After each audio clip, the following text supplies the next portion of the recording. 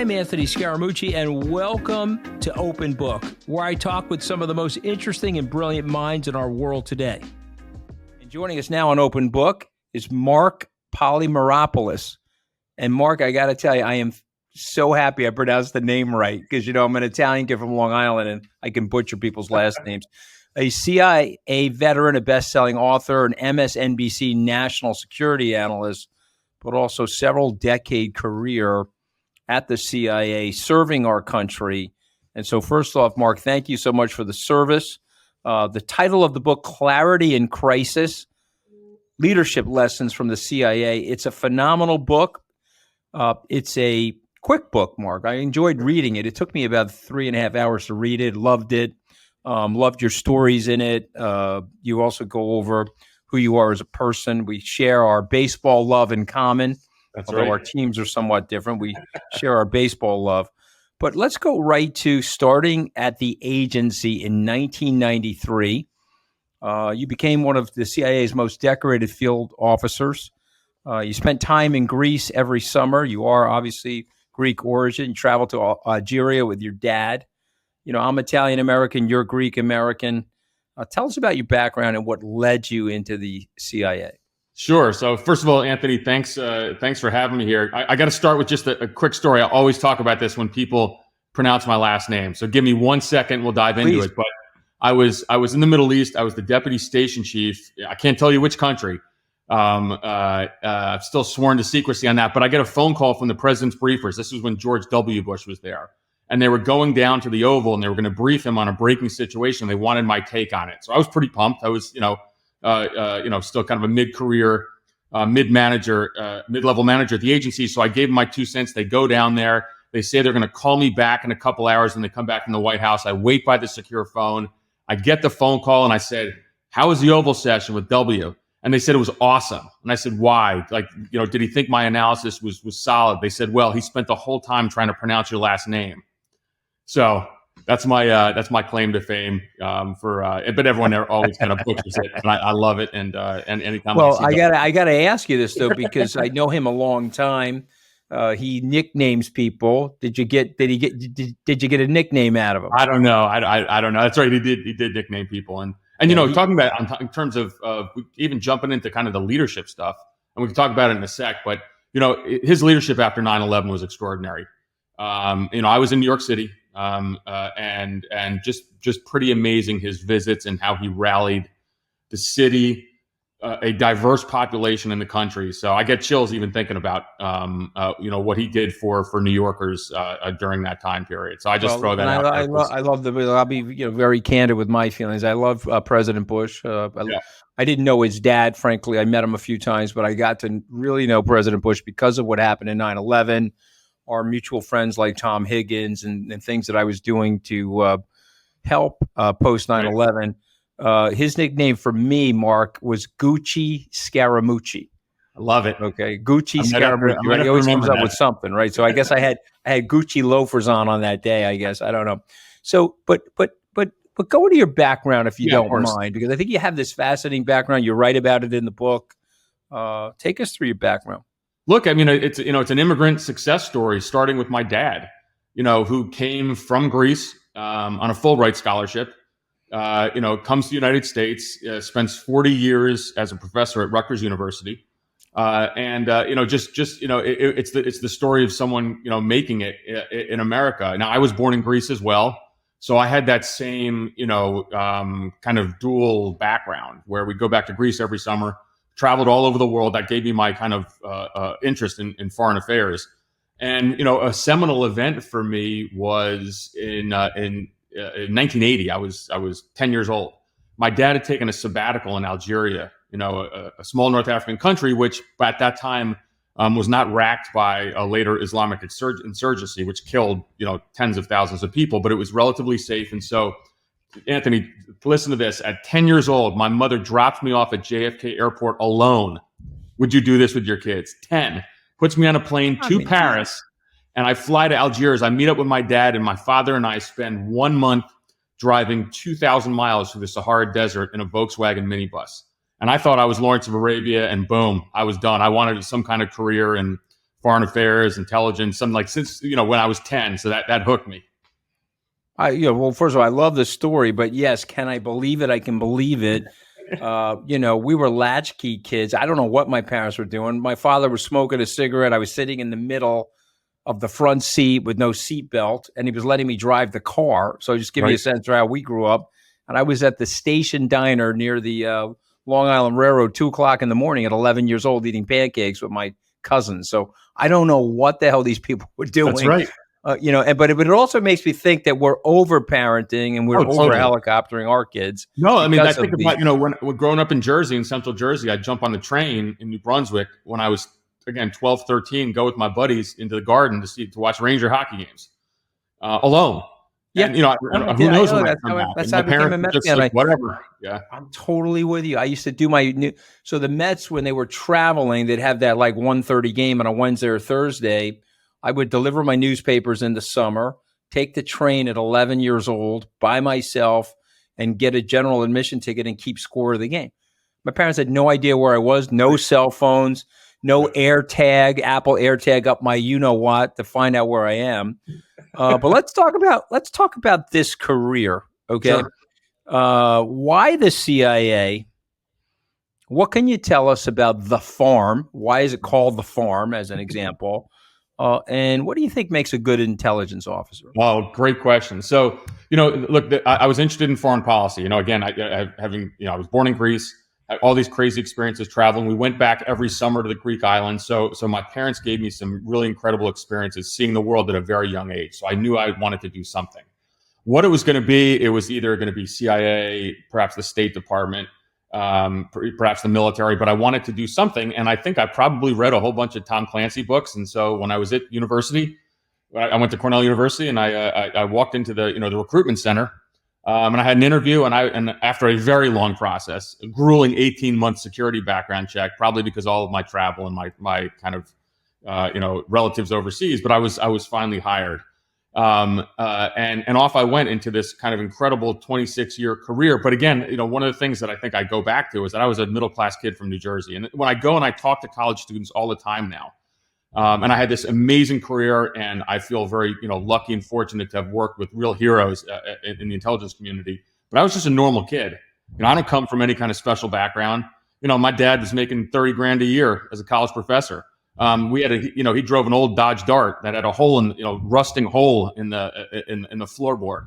And so it really is a kind of a success story, a true American success story, in the sense you can do some unusual things if you really put your mind to it. So off I went to the agency. And you asked a great question in terms of what makes the best intelligence officers. And, so I'm not here as a former Navy SEAL kind of pounding my chest saying we're going to charge a hill. And I love those guys and I work with them very closely. But I think that it's the characteristic of humility. And that can go across, so many walks of life, but just being humble, because it was a high risk, high fail profession. So I did things that were extraordinary. I feel proud that the operations that I ran saved hundreds of American lives.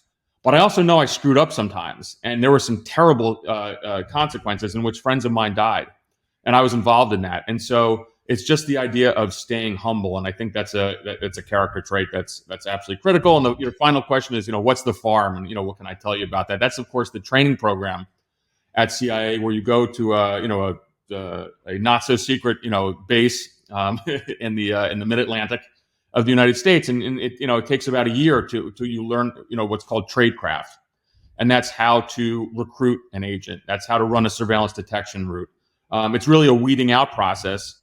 In finding people who have not necessarily type A personalities, but have that, because introverts can do very well too, but have that kind of mental fortitude to operate on your own. Let's go back to my growing up in New Jersey, what we talked about. So why was I a successful CIA officer? Well, at CIA, as a case officer, an operations officer, we operate alone all the time. So here I am growing up with parents who gave me there was not even a leash. There was no leash. So I had a lot of confidence in myself, and how to react to certain situations, how to make decisions, and that really was honed with this tradecraft training down the farm, which was ultimately, it wasn't difficult in the sense of mentally tough. It was all about time management. It's about how do you react to so many situations that are thrown at you, and the training's actually very good. It's very realistic. And, I think back to that time period, and I'm very thankful for, a lot of the instructors I had along the way.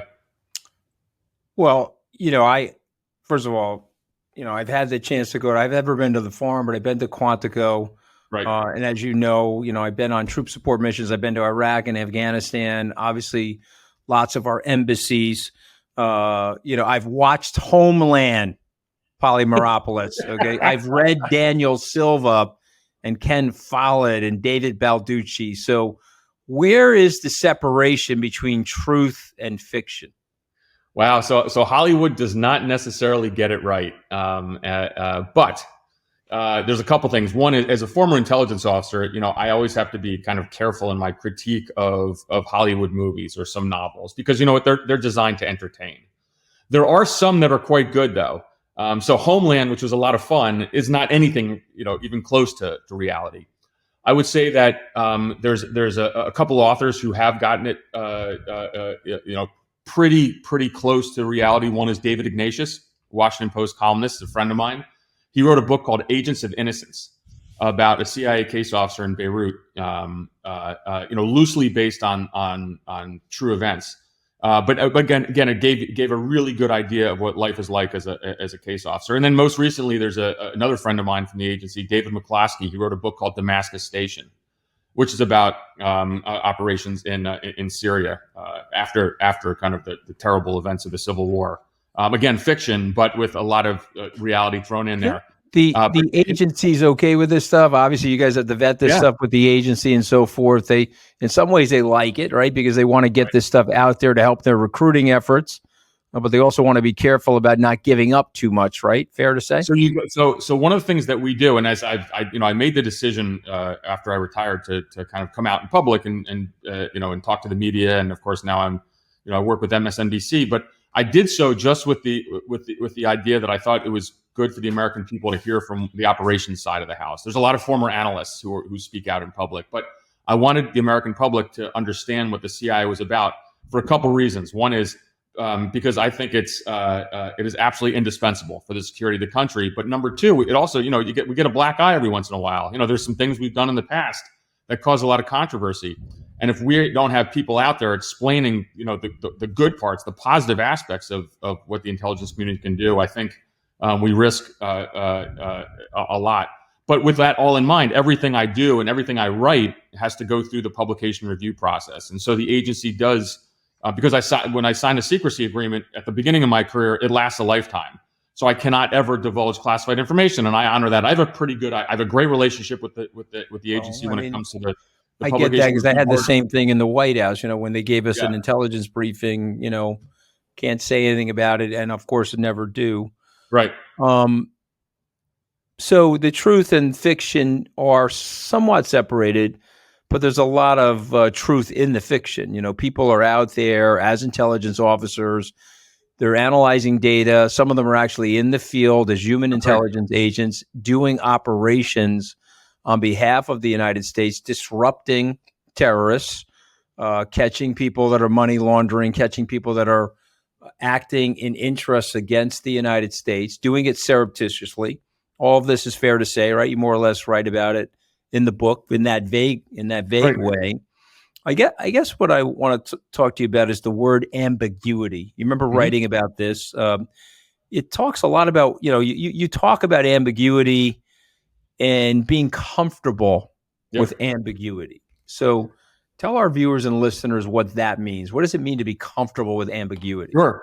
So it's when you don't have situational awareness. You can call it, when you're operating in those times of gray, where you don't actually know what's going on, but you're okay with it. And to me, that was something that it was a skill that I learned to kind of hone over time, to a point where that was my happy place when there are ambiguous situations. Okay, we don't really understand what's happening, but you know what? You're the one who raises your hand and you say, send me, I got this. I'll figure it out. Me and my team will figure this out wherever we go.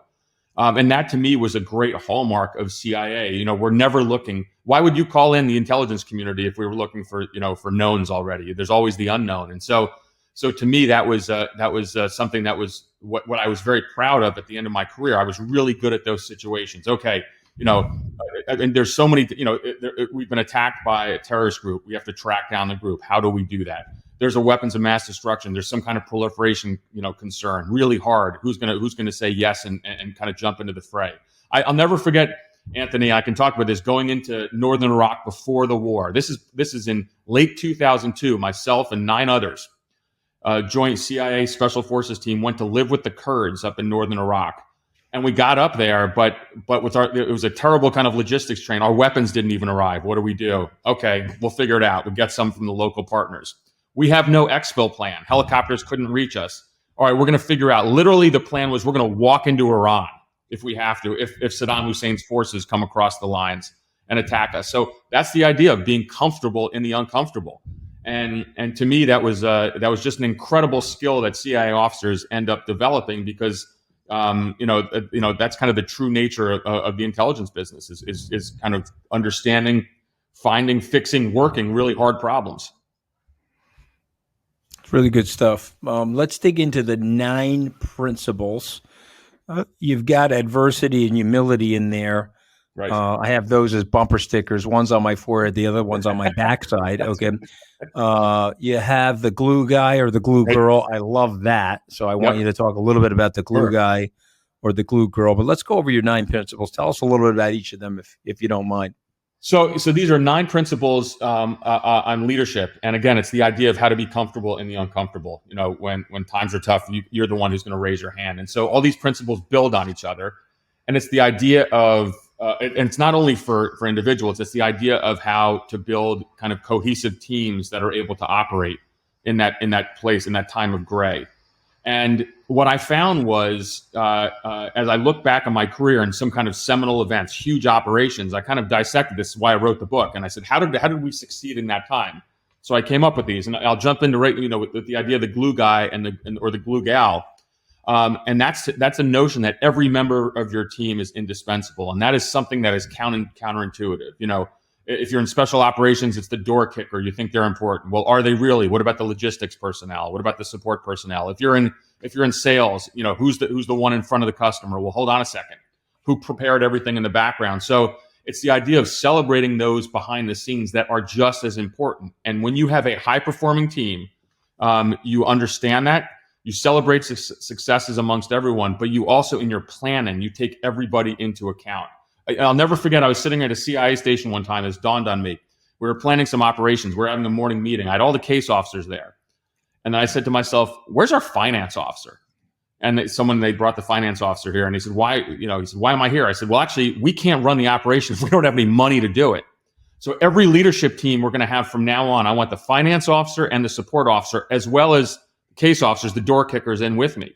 And that's the idea. You start understanding the importance. And I'll tell you, as a baseball fan, all about that. I bet you could tell me glue guys from the New York Mets that go back 20 to 30 years who are critical. That 1986 World Series team, who are the glue guys there? They don't win without them.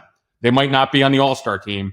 They might not be MVP, but in the sports world, this is somebody definitely in the year 2000 was Joe McEwing. I don't even know if you remember that guy. No, right. But Joe was a utility player. He's managing now in AAA.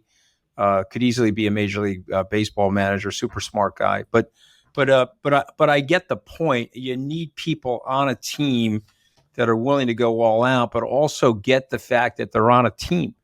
Derek Jeter, who's become a friend subsequent to his career. I didn't really know him during his career. One thing he said to me that I always share with people is he could have cared less about his stats. He was, you had a situation where the ball was going into the third base spectator stands, and he's at shortstop. A-Rod is at third base. So A-Rod's closer to the ball. Right. Jeter's out racing A-Rod for the ball. He dives into the stands and gets a fracture of his cheekbone, catches the foul ball. Yep. I don't know anything more metaphorical of Derek or A-Rod, to be candid. One was a glue guy and the other one was a stat. What are my stats and what's important to me guy? And that happens in life. How do you know who you can count on? We've all been stabbed in the back. I've got You live in a funky place, Washington. Trump had one of the best lines ever. I was in the Oval Office with Trump, and he says, he goes, I thought I was a killer, man. I was a real estate developer. I thought I was dealing with all these like killers and vultures and in New York. He says, here in Washington, he says, Scaramucci, the secretaries will cut you. The secretaries will make you bleed out, Right. meaning that the secretaries are more ruthless in Washington than even the killer New York City developers. I felt in Washington, they would take your eyeball out with like an ice pick and they would drop it in their dirty martini glass. You're bleeding at the table, Mark. And they're still talking to you like nothing happened. Like, well, that's what we do here in Washington. We take each other's eyeballs out and drop them in martini glasses. So what do you say about all that? How do you know when you can count on somebody? And what do you say about the treachery that is around us from small-minded, insecure people? So what a great question. I think about when you walk into CIA headquarters, on the right, you have the memorial wall, which are the stars on the wall. This signifies our officers killed in the line of duty, and it's incredibly sobering. I have friends who are on that wall, and on the left, though, it's equally as important because there's a line that's etched in stone. It's a biblical verse, and it says, "And ye shall know the truth, and the truth shall make you free." But that's the idea about integrity. And I will tell you, Anthony, that's the only thing that we have, kind of honor and integrity to kind of as foundations. And so while sometimes we are betrayed, and that happens in life, my view is you always have to give people the benefit of the doubt. That's the only way to kind of move forward in a positive fashion. Now, sometimes you're going to be disappointed. I remember in my career, I would help a young officer with something. I'm trying. I push really hard for a promotion, and the officer gets promoted, and then somehow down the line, I hear they're shit talking me some way, and I'm like, wow, that's a bit of a betrayal. But you know what? It was still the right thing to do to get that officer promoted. And so there's just a set of ethics and kind of the integrity that you have. That's all you really have in the end. So I think it's just the idea that these things are going to happen. You try to build teams around trust. You certainly get to, you kind of go around, you get to know your team. One of the things I'd love to do, and I got better at this as a manager, is I would try to understand my people more. So you have it, let's say you're running a unit of 10 individuals or 20 individuals, and you could be the head of a Fortune 500 company because these are some of your top managers. But I'd get them together, and we wouldn't talk about work. I said, tell me something about yourself. And so you build trust that way. You try to have empathy with your employees and your peers as well. But at the end of the day, sometimes human nature kind of bites you. And so, we've all been stabbed in the back in the past, but you try to kind of move forward and kind of live by that honor that code of honesty and integrity, which ironically for a place like CIA is something that is really important because we're entrusted with just a critical mission. We have unique authorities. We have incredible amounts of power. And so that's what you have to really kind of, you have to live that code every day. You said something when I read it, I was like, okay, that is actually true. It doesn't feel like it at the time. You said that in adversity is a performance enhancing drug, and I've been kicked in the face. I've been fired. I've been lit up in the American media, international media. And when I'm in an adverse situation, like I own Bitcoin and it's dropping 65% for the year, and I've got every client and their mother coming at me with a hatchet, it doesn't feel good, Mark. Right. And so, tell me why adversity is a performance-enhancing drug. So for me, I came up with that one of the principles, adversity is the PED to success. It's because every really incredible elite team that I'd been on, we had failed prior to that, but before some huge success. I mean, it's just something that this is based on my experiences. This is not just something I kind of came up with out of nowhere. And so what I started thinking about is adversity can be your super fuel. And there's so many examples in life. The one I use all the time is, Michael Jordan, what happened his sophomore year in high school where he got cut from his high school basketball team. I think he didn't quit after that. But it's just the idea that you need to taste rock bottom first, before you kind of eventually succeed. And you know what? That's life. And, to me, the idea of this principle is, I use this with my kids all the time. My son's playing college baseball. He's had 2 shoulder surgeries in 3 years. Brutal. What are you going to do? I mean, you either, you can complain about it, or you can pick yourself up and do your rehab and get back at it. I mean, this is going to happen in life, whether it's your personal life, whether it's in business, family, anything. And so it's just going to make you, it's going to make you ultimately strong. I'm going to give you a great baseball analogy. Remember in 2003, the Red Sox-Yankees series, the Red Sox lose to the Yankees on a walk-off home run by, of course, Aaron Boone against a great knuckleballer, Tim Wakefield. Watch that game, man. What happened the next year, 2004, the Red Sox are down 3-0, right? And Kevin Millar, incidentally, a glue guy, gets up in front of the world media and smile, and he says, "We're going to shock the world."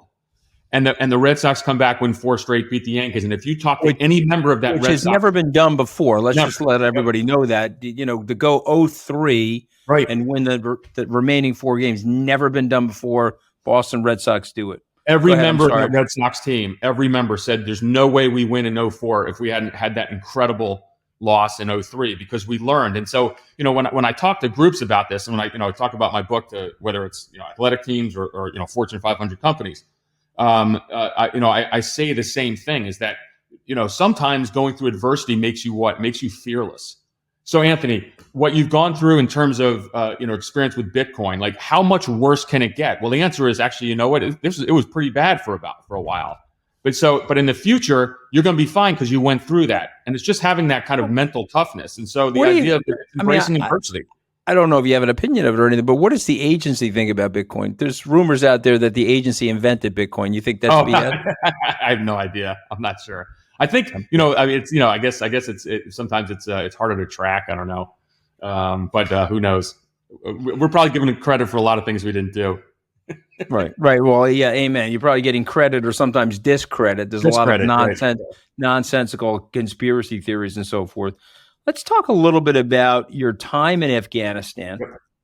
You were in Iraq. You were in Afghanistan. I obviously only spent a week in each of those countries, but man, I thought they were very different countries. There's just a whole different culture in both those countries. So set the scene for us. What was your time like in Iraq, and what was it like in Afghanistan, and how did? It's setting the scene is a perfect way to think about this, because ultimately, and I wrote about this and talked about it on Morning Joe a couple of weeks ago, as we kind of did a retrospective on the 20-year anniversary of Iraq. But you have to remember that whether it's Afghanistan, Iraq, or Syria, I was a tool of the U.S. government. It's a sharp tool. It's one that is employed with care, but so I'm not going to give an impression on whether it was right or wrong. For me, it was the idea of answering the bell. And so the U.S. government trained me to do something. I was asked to go. I volunteered to go, in fact, begged to go in both those places, because that's what we do. But ultimately, both were quite different. In Iraq, certainly before the war, as I was living up with the Kurds in northern Iraq, and then when the war kicked off, I went in with the Navy SEALs for what we call the high-value target hunt, when we're tracking down members of Saddam's regime. But my recollection of this was not anything about WMD or anything like that. It was that I had run Iraq operations for a while, and Saddam Hussein was an evil bastard. One of the worst dictators of the century. And the sense that we had is that we were actually helping the Iraqi people. Now, everyone might kind of scoff at that now after not finding WMD, but if you knew the Iraqis and knew what they had gone through under a brutal dictator, this was a chance to do something different. So that was kind of the feeling I had there. In Afghanistan, far different emotions for me, because and this is not, I'm going to give you just a personal view of this. It's about revenge. I was in New York on 9/11. Going to Afghanistan, I was a base chief in eastern Afghanistan. I ran one of our paramilitary bases, and our job was pure and simply to track down high-value targets, and that's find, fix, and finish missions along with the U.S. military against the Taliban and Al-Qaeda. And for me, it was avenging the deaths of 3,000 Americans. It was avenging the death of terrorists who killed my fellow CIA officers. And so, there was never a day I woke up and said, boy, I wish I was back home. I loved every second of my time in Afghanistan, because I thought what we were doing was absolutely righteous. This is far different than nation building, far different than what probably a lot of people's experiences there. But for me, I'm extraordinarily proud of what we did, because the Americans are safer for sure, from what my team and my fellow colleagues accomplished there. I know that we are safer, but tell us why we are safer, because you hear all this cynical nonsense in the press. So, and we've also, I don't want to jinx us, but we've also managed to really, in the last 21, 22 years, curb any monumental terror attacks in the United States. So tell us why we're safer. Right. So look, every day, there's a great poster that was put up at CIA headquarters. Every day, just think about this. Every day is September 12th. Every day is September 12th. What does that mean? You get up every day saying that what happened on September 11th will never happen again. And I'll tell you, as a member of the intelligence community, we considered, September 11th a failure. Right. I mean, I know we had to be perfect, and we weren't. Mm-hmm. And so when you say every day is September 12th, we're going to do everything possible so that doesn't happen again. And again, lots of retrospectives, obviously, with the withdrawal from Afghanistan. But you know what? We weren't attacked again on our homeland. And I think the men and women of CIA and the intelligence community and the U.S. military deserve a hell of a lot of credit, even if we made mistakes in Afghanistan, even if we stayed too long. Fine, got it. But at the end of the day, we were not attacked again. And that's because of the resolve. Look, I have a friend. This is an incredible story. I can't tell you his name. He spent 10 years on the bin Laden hunt. Think about that. Every day he woke up for 10 years. Most of the time he was deployed in South Asia, in Pakistan or Afghanistan. Not married, no girlfriends, maybe a girlfriend or two or whatever, but no personal life. Every day for 10 years he hunted bin Laden. Thank God we have people like that who have that. I didn't have that resolve. I went back and forth. He was there for 10 damn years. And those are the kind of people that, God bless, we have them, working for us. It's listen, it's an amazing story. And, like you said, we've got to be 100% right. General Kelly and I have become very close, and he told me the story, which is now declassified, about the laptop bombs that they were making for these computers. And they were going to bring laptops onto the planes and blow the planes up with these laptop bombs. And of course, the Homeland Security, CIA, everyone had to make a decision to continue to allow laptops to come into the United States or even be flown around domestically in the United States. And of course, we disrupted that terror cell, got all the information, and adjusted our security screening so that we could continue to have our laptops on planes. I think, Anthony, people are we can't forget, and I think we have, that people were terrified. Yes, that there was another attack coming. I remember it like it was yesterday. Right. Not only terrified, but I think it's also important for people to know that the terror is still out there, which is why we're spending all of this money to disrupt terror. And as you know, we have to be perfect. They just got to get it right once. That's right. And it's only us. We're the ones, we'd always say to each other, there's nobody else. There's no, if CIA doesn't, if we're not successful, there's no backup right behind us. Right. We're on the ramparts. And so, that was a tremendous responsibility, but I think a lot of us have a lot of pride in terms of the counterterrorism work we did. Where are we today in terms of our safety? Wow, what a great question. So the world has changed. We were so successful in the counterterrorism field that the threat of an attack on our homeland is diminished because of how we have so significantly degraded international terrorist groups like Al-Qaeda. But the world has changed, and now we have, of course, a rising China, which is our kind of long-term pacing threat, and then we have a country like Russia, which is kind of the most near-term threat, particularly to Europe, to NATO. And so the threats are different. And the United States is sometimes the national security sectors and aircraft carrier moves slowly, but we have shifted towards this what we call great power competition, which is China, Russia. But Anthony, you saw this in the White House. How humbling is it for the president to get or a national security team to get the president's daily brief? And you can, as a candidate, you can say all you want, but you get that brief every day. Right now, what President Biden's getting, you got what's going on with Russia. Russia-Ukraine, the potential threat of the use of a nuclear weapon by Putin. I don't think it's going to happen, but that's out there. You have a rising China. You also have an Iranian nuclear program that's accelerating. You have a North Korean missile program and nukes as well. Israeli-Palestinian violence. On and on and on. It's pretty You also, sobering. you have the Yemeni civil war, Yeah, the complication between Saudi Arabia now and Iran. I mean, it there's goes on and on. It's a the only dangerous thing I world out would say about that brief is that when, and I try to tell this to people without getting specific, there's just so many things that we don't know. And so Yep.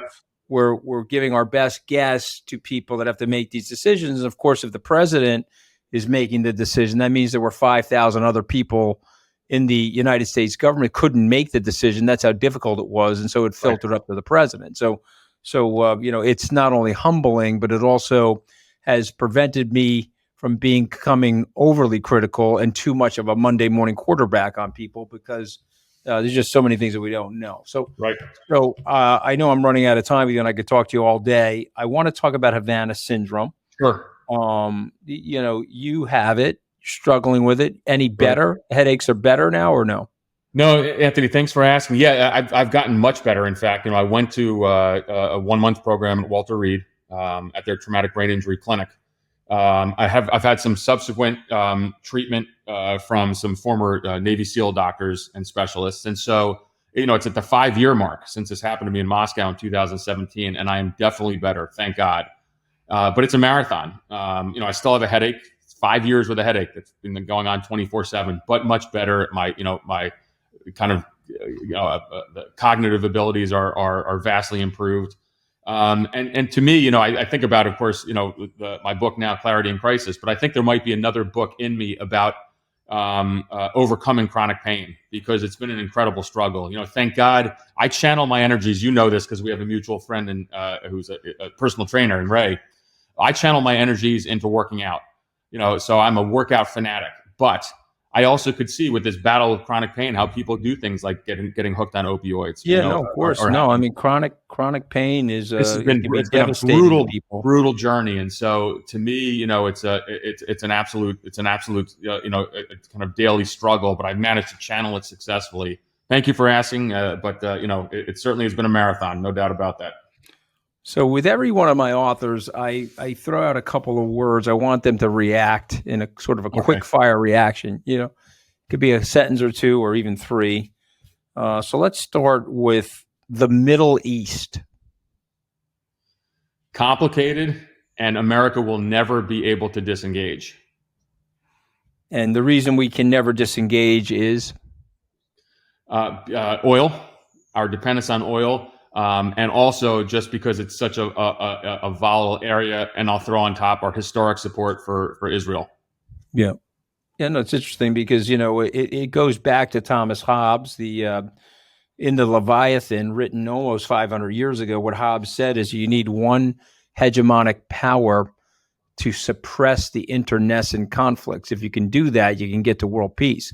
If you don't have a hegemonic power doing that, these tribal conflicts, these disagreements, they bubble up. And of course, you and I are students of Middle Eastern history, so we know that the 𝗖𝗵𝗄𝗄𝗎 Treaty, the treaty that was put together by the French and the British as they were leaving Palestine and the Middle East, as the Ottoman Empire was crumbling, those guys were a little dastardly. They created border disputes in every single country. So those tribes are still fighting over the varying borders. So the World War I in the Middle East has not ended, Mark. You and I both know that.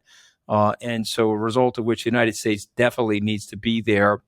I'm just wondering, though, about what Henry Kissinger would say, where he said, don't let the Russians in, don't let the Chinese in. We seem to have let both the Russians and Chinese We certainly have. I think that, this is more of a complicated discussion, but I think President Obama, the Obama administration, let the Russians into Syria in particular. And now the Chinese influence in the Middle East is quite significant. You actually see Saudi Arabia tilting towards China.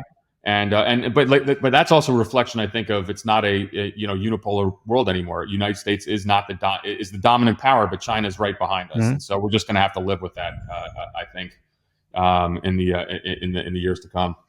Yeah, no question. So let's go right there. China, or as Trump would say, China. It's our longest term, our pacing threat.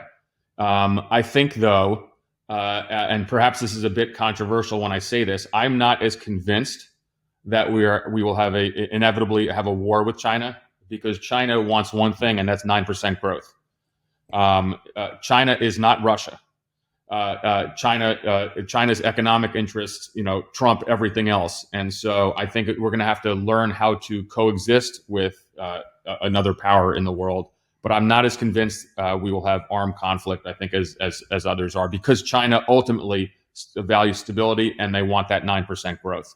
Yeah, and I also think they are long-term planners, and they don't need a conflict today that's going to disrupt the long-term plan. But you think they invade Taiwan? I do not. Yeah. I think that the lesson of Ukraine is going to be, front and center in their mind. And as long as we kind of continue on with strong deterrent capability, I do not think they will. Again, that would threaten the world economy, certainly threaten China's economy. It doesn't make sense to me why they would do that. It was nice to see former Secretary of State Mike Pompeo in the Ukraine going against the MAGA narrative. It's a fight for the democracy, and it's also a fight for the stability of the West. So let's go to that monolithic country, 13 time zones, the largest landmass in the world, Russia. I would say it's a country ruled by a war criminal. Enormously disappointing, I think, to many. You had the old German view that Russia could be integrated into Europe. I think that has been, shattered totally. And ultimately, while we're going to have to continue supporting Ukraine as they try to push Russia out of their territory, what happens the day after the war ends? How do we deal, assuming Putin's in power, with a bruised and battered Russia? That's going to be kind of a key issue of our time. That's what the National Security Council is focused on. I strongly believe Ukraine is going to win this war. But I don't think anybody understands what happens the day after. Okay, so you got the Ukrainians winning the war. What does that mean for Vladimir Putin and his regime? Right, so Putin is going to have to find a way to somehow couch this as a success when he inevitably is going to have to. He will lose. He will have to withdraw. One of the things is that Russia is a pretty monolithic police state, so he seems to have kind of the hold on power.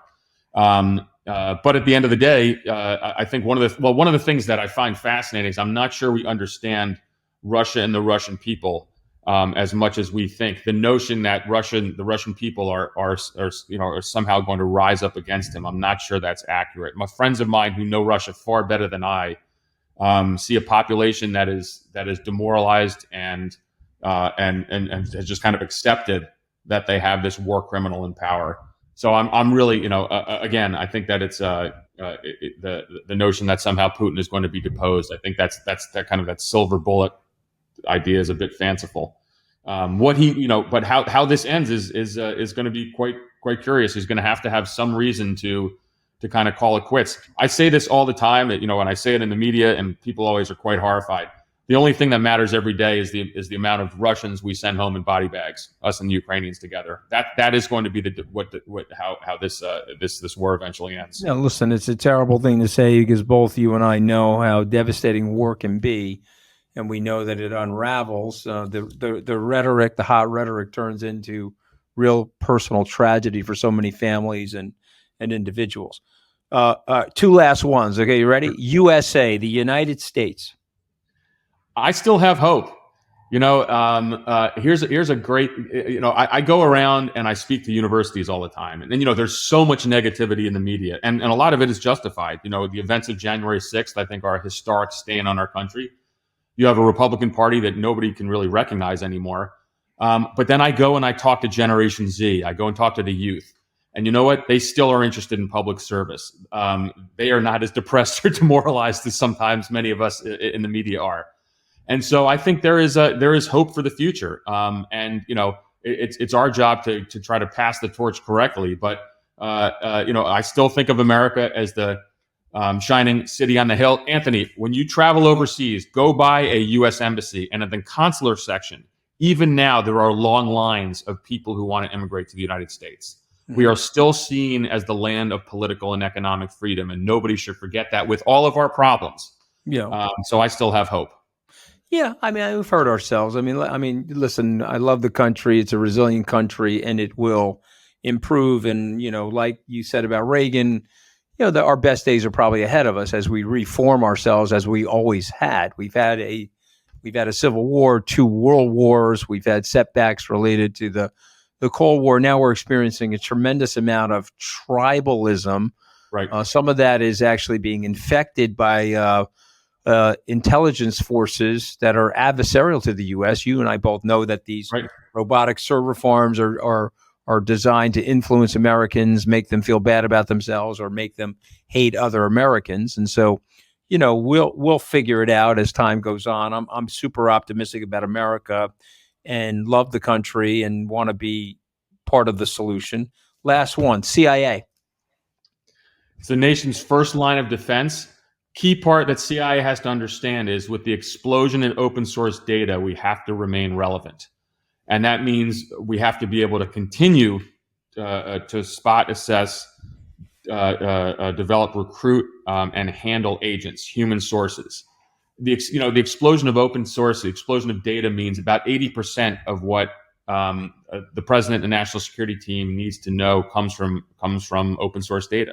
But we need to have that 20% niche. We need to recruit a penetration of the inner circle of President Xi in China, of Vladimir Putin. We still need to penetrate terrorist groups. So CIA has to be on their game to stay relevant. But again, it's the nation's first line of defense, and I still believe these are everyday heroes. America never hears about them. They're in the shadows. Never going to get a pat in the head, but they go to work every day helping protect America. Well, listen, it's been a spirited exchange. You're a great man, a great American. I loved your book, Clarity in Crisis, Leadership Lessons from the CIA. And I'll see you rooting for a team that I don't like sometime this summer somewhere. How's that? That's a deal. And I'll come up to New York anytime to see you. Thanks, Anthony. Really appreciate it.